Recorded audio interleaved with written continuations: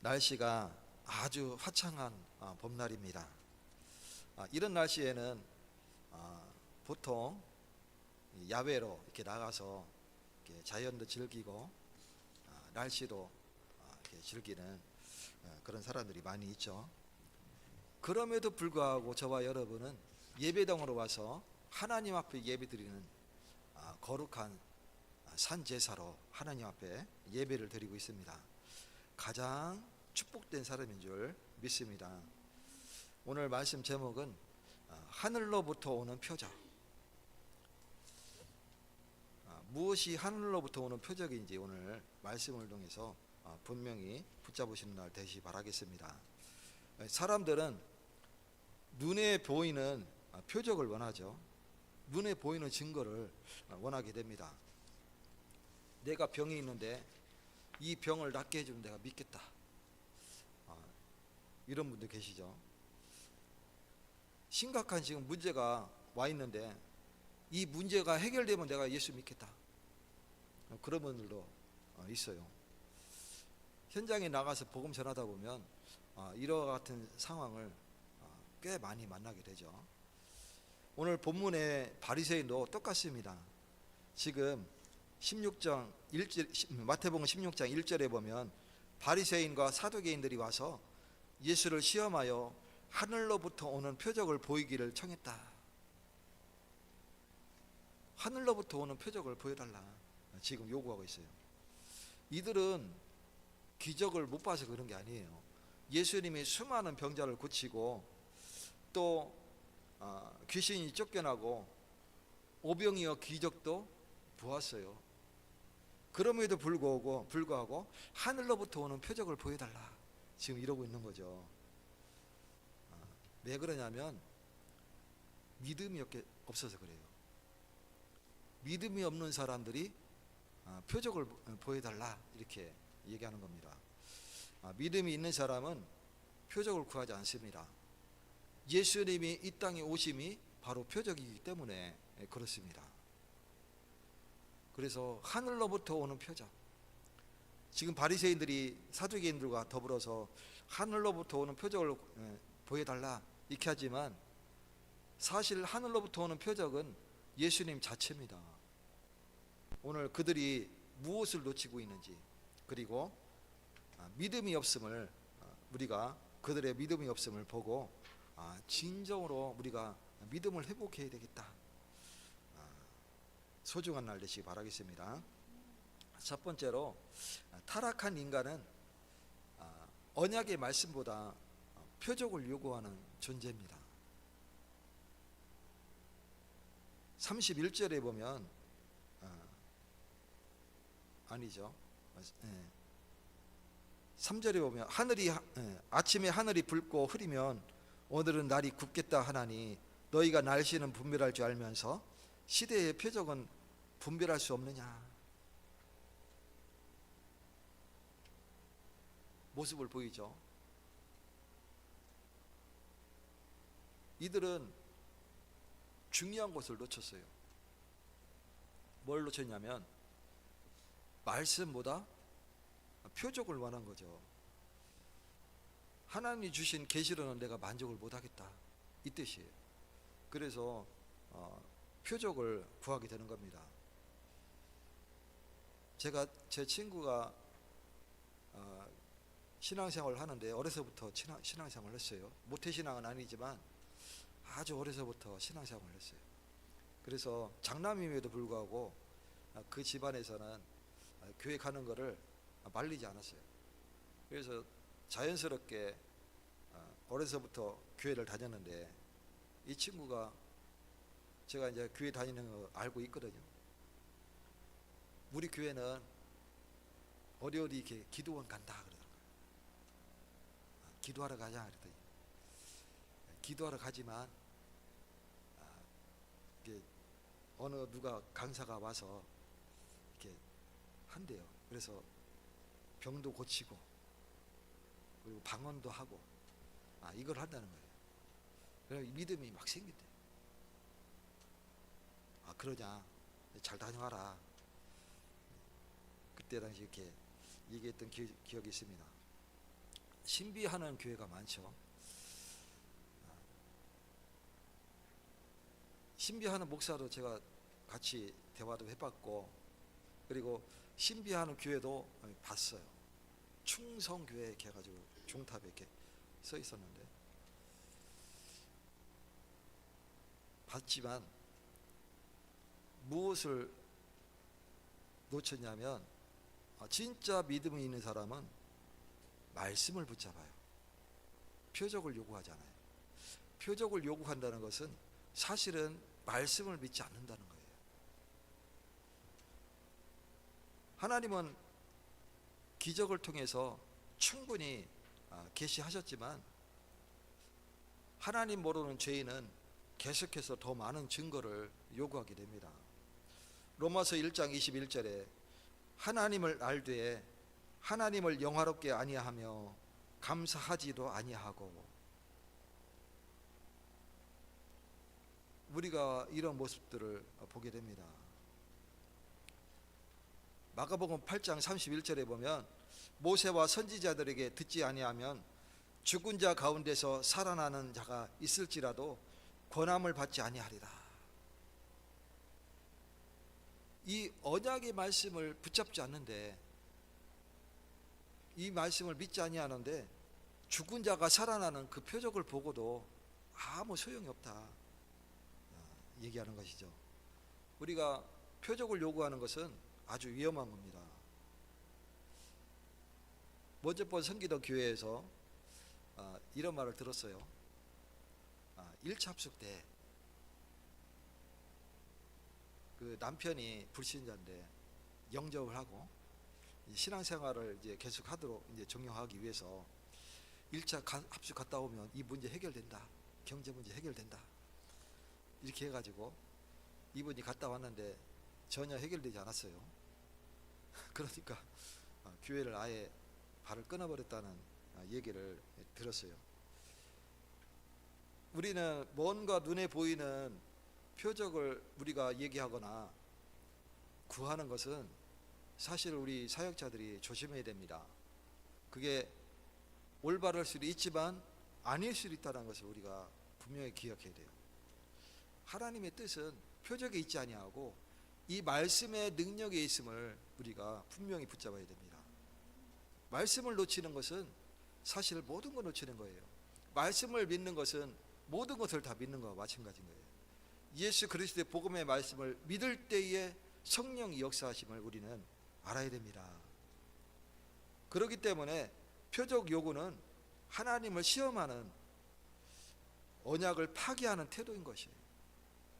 지금 바리새인들과 또 사두개인들이 와서 지금 예수님에게 하늘로부터 오는 표적을 요구했지만 그것은 사실 믿음을 요구하는 게 아니라 하나님과의 언약을 파기하는 태도예요. 그렇기 때문에 우리는 분별할 수 있어야 됩니다. 광야에서 이스라엘 백성들이 물을 요구했잖아요, 그죠? 그러면서 하나님을 시험했어요. 이것은 믿음의 행위가 아니라 불신앙의 표현입니다. 그렇기 때문에 하나님은 이스라엘 백성을 모든 걸 다 책임지시는데, 그럼에도 불구하고 물 달라. 200만 인구가 지금 먹어야 되는데, 애굽에서 빠져나올 때는 성경에 기록되지 아니하였지만 학자들이 대략 그때 당시 인구를 추산할 때 약 200만 인구 이렇게 추산을 합니다. 대략 우리 대구 광역시 인구하고 비슷하죠. 어마어마한 인구입니다. 그때 당시 200만이면 한 나라 인구보다 더 많은 시대예요. 그때 당시에는 부족국가 시대고, 또 나라를 이뤘다 할지라도 인구가 그렇게 많지 않던 시대입니다. 그런데 200만 인구니까 그 인구를 먹이는 식량도 대단히 많이 들어가고, 그 인구가 목이 마르지 않게 물을 먹는 것도 어마어마하게 들어가게 됩니다. 그러니 우리가 계산적으로 생각하면 우리에게 식량도 필요하고 물도 필요하다. 그러니 이것을 달라 하는 게 정당하잖아요, 그죠? 그러나 하나님의 능력을 믿지 않는 불신앙입니다. 출애굽기 17장 7절에 그들이 여호와를 시험하여 이르기를 여호와께서 우리 중에 계신가 아닌가 하였습니다. 불신앙이라는 얘기죠.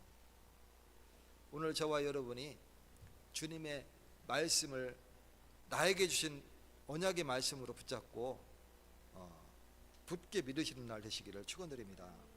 그래서 참된 믿음은 표적을 구하는 것이 아니라 언약의 말씀에서 시작이 됩니다. 우리의 시작은 말씀에서 시작되는 거예요. 무엇을 이루어 주어서 우리가 믿는 게 아니라 오늘도 내게 주신 말씀을 붙잡고 믿음으로 시작되어는 그런 한 주간이 되시기 바라겠습니다. 믿음은 내 감각적 경험이 아닙니다. 언약적 계시에서 시작되는 겁니다. 그 말씀을 신뢰하는 데서 우리가 믿음이 시작되는 겁니다. 히브리서 11장 6절에 믿음이 없이는 하나님을 기쁘시게 하지 못하나니,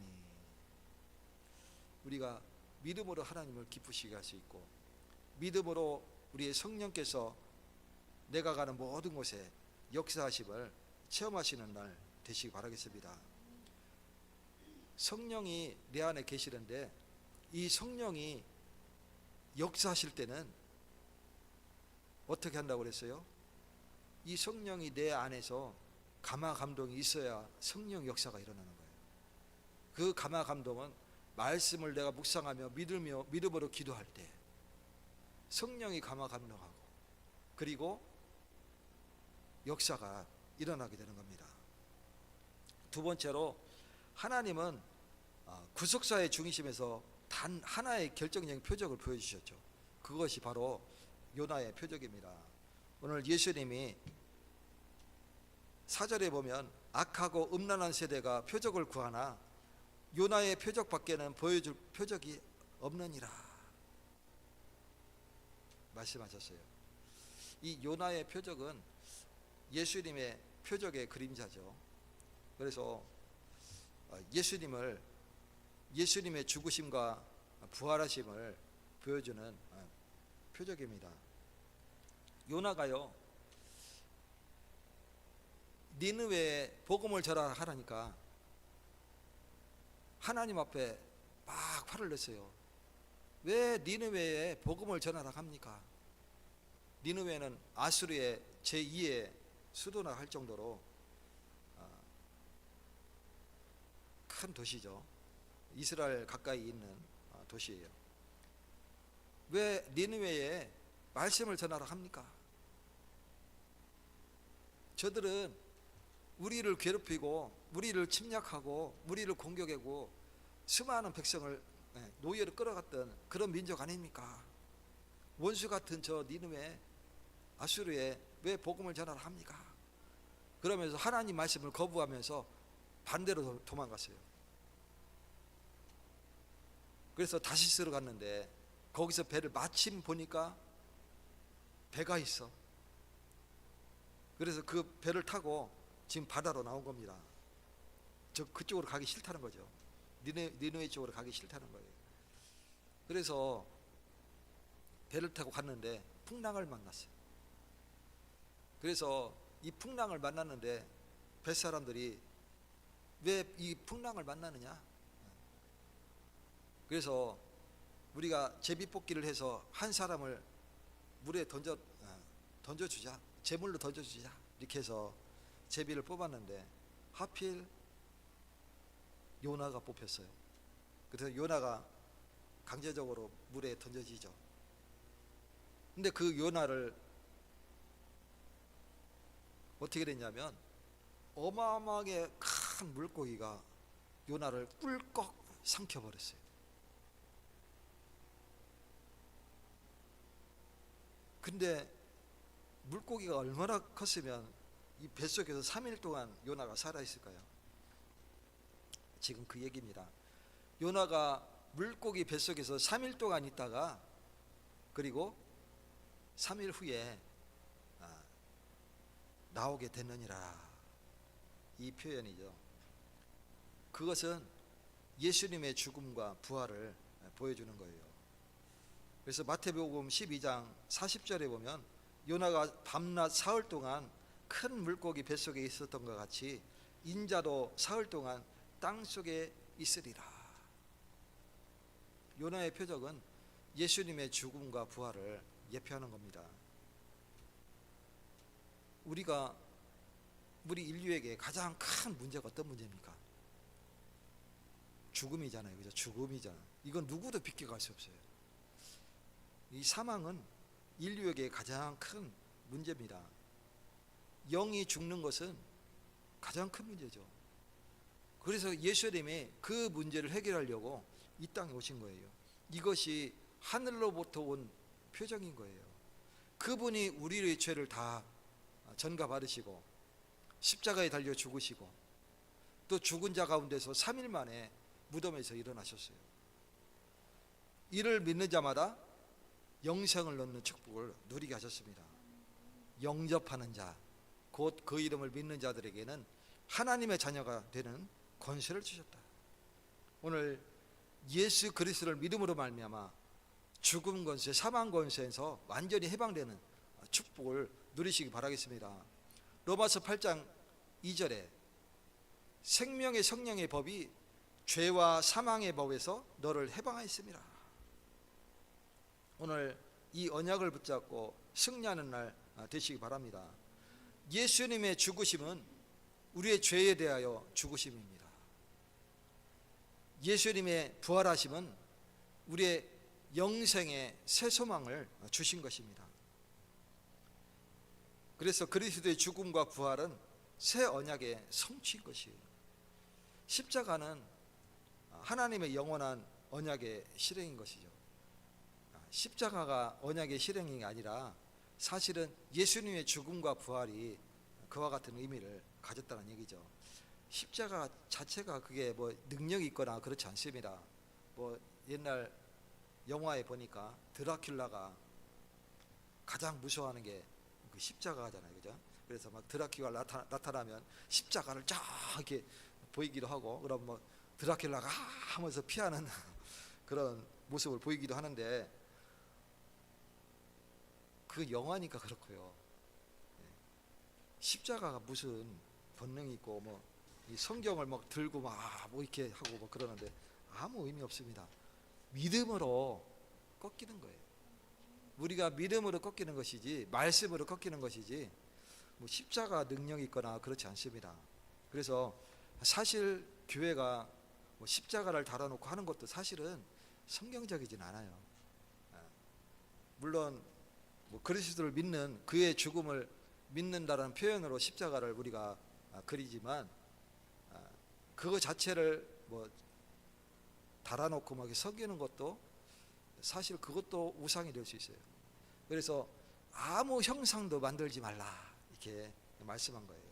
오늘 주님의 은혜를 붙잡는 날 되시기 바랍니다. 예수께서 십자가에 달려 죽으심은 우리 죄에 대하여 죽으신 거예요. 그가 부활하심은 우리가 이제 똑같이 예수님 재림오실 때에 무덤에서 일어나 영생토록 예수님과 함께하는 비밀을 누리게 되는 겁니다. 십자가는 바로 예수님이 하나님이 우리에게 주신 언약의 성취죠. 아브라함과 언약을 성취하셨어요. 모세에게 주신 그 언약을 성취하셨어요. 다윗에게 주신 그 언약을 최종적으로 성취하신 분이 누구시냐? 바로 예수님이세요. 누가복음 22장 20절에 보면 예수님이 이 잔은 내 피로 세우는 새 언약이니 너는 이것을 마실 때마다 이를 기억하라 말씀하셨어요. 포도주 나누면서 하시는 말씀인데 그게 가벼운 얘기가 아니잖아요. 예수님이 조금 있으면 자기가 고난 받으면서 피를 흘리면서 죽음을 지금 알고 계시잖아요. 그러면서 이 잔을 나눌 때 이것은 내 피니 너희는 이 잔을 나눌 때마다 이것을 기억하라 말씀하신 것은 작은 얘기가 아니에요. 가벼운 얘기가 아닙니다. 고린도전서 15장 3절과 4절, 그리스도께서 성경대로 죽으시고 성경대로 살아나셨느니라. 그분이 우리를 위하여 죽으시고 또 예언된 대로 3일 만에 무덤에서 일어나시고 우리와 지금도 성령으로 함께 하시는 줄 믿으시기 바라겠습니다. 이 표적이 구속사의 절정인 표적인 것이에요. 우리에게는 더 이상의 표적이 필요하지 않습니다. 하나님의 구원 계획이 이미 예수 그리스도를 통해서 완성되었기 때문에 그렇습니다. 그래서 요한복음 19장 30절, 다 이루었다, 예수님이 말씀하시고 고개를 꺾으시는 장면이 나옵니다. 예수님의 죽음은 다 이루심의 죽음입니다. 그 예수님의 죽음을 붙잡는 날 되시기 바랍니다. 세 번째로, 교회는 이미 주어진 언약의 표적 위에 세워진 공동체다. 오늘 저와 여러분이 구원받은 성도로서 이 자리에 섰습니다. 바울 사도가 분명히 얘기했죠. 하나님의 성령이 네 안에 계시는 것을 알지 못하느냐? 우리에게 성령이 계신 줄 믿으시기 바랍니다. 성령이 내 안에 계시다는 얘기는 하나님이 계시다는 얘기예요. 그 얘기는 내가 거룩한 하나님의 성전인 줄 믿으시기 바라겠습니다. 그래서 구원받은 성도가 곧 교회고, 또 우리가 모여서 예배 드리는 이 예배당이 교회인 것입니다. 이게 교회의 시작이에요. 교회는 그래서 언약의 표적 위에 세워진 공동체다, 이렇게 표현하는 겁니다. 십자가와 부활이라는 역사적 사건 위에서 세워진 게 바로 교회예요. 감람산에서, 아마 감람나무가 굉장히 많았겠죠. 감람산이라는 것은 그 감람산에서 예수님이, 부활하신 예수님이 500의 형제들, 많은 사람들을 놓고 40일 동안 하나님 나라의 일에 대하여 가르치셨어요. 그리고서 부활 성천하시고, 그리고 제자들이 이제 거기서 내려와서 마가의 집에 모였는데, 그 모인 사람은 120명 정도 됐어요. 그 집이 바로 믿음의 사람들이 모였던 최초의 교회가 된 거죠. 그래서 120명 문도가 모여서 오로지 그 약속의 말씀을 붙잡고 기도하기 시작했는데, 각 사람 머리 위에 성령이 임했어요. 그 모습을 누가 봤느냐? 지금 절기를 지키려고 해외에서 또 이스라엘 각처에서 몰려들어온 사람들이 그 모습을 본 거예요.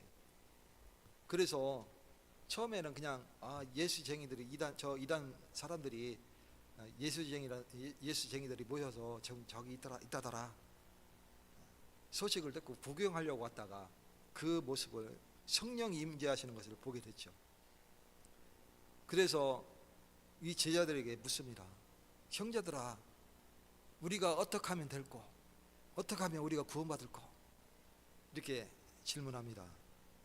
그때 이 베드로가 첫 설교를 하죠. 바로 구약의 말씀을 예를 들어서 이 말씀을 가지고 바로 설교를 합니다. 너희가 십자가에서 못 박았던 이 예수는 구약에 예언된 그 그리스도가 아니냐. 그러면서 사도행전 2장에 보면 그 말씀을 예를 들어서 이렇게 설명하는 장면이 나오게 됩니다. 그날에 예수님을 영접한 사람이 3천이 넘었어요. 어마어마한 역사가 일어나게 됐죠. 교회가 시작되어지니까 말씀을 붙잡고 기도하기 시작했는데, 그 교회가 3,000명이 넘는 수많은 사람을 한 번에 전도하는 이런 일들이 일어나게 됩니다. 그래서 기독교는 철학이 아니라 역사 속에서 일어난 구속 사건 위에 세워진 종교입니다. 사도행전 2장 32절에 이 예수를 하나님이 살리신지라 우리가 다 이 일에 증인이로다. 베드로가 지금 설교합니다. 수많은 사람이 회개하고 예수를 믿는 일들이 일어납니다. 그 뒤에 사도행전 6장까지 허다한 제사장 무리까지도 합류하는 모습을 보게 됩니다.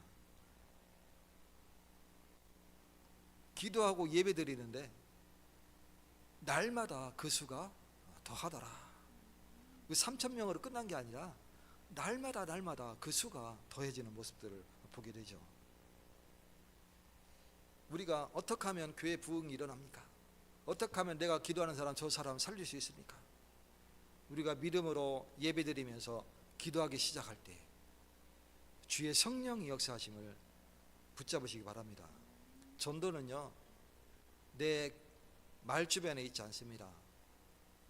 내가 아무리 가서 내 언변이 좋아서 가서 잘 설득할지라도 그 영혼이 살아나는 게 아니에요.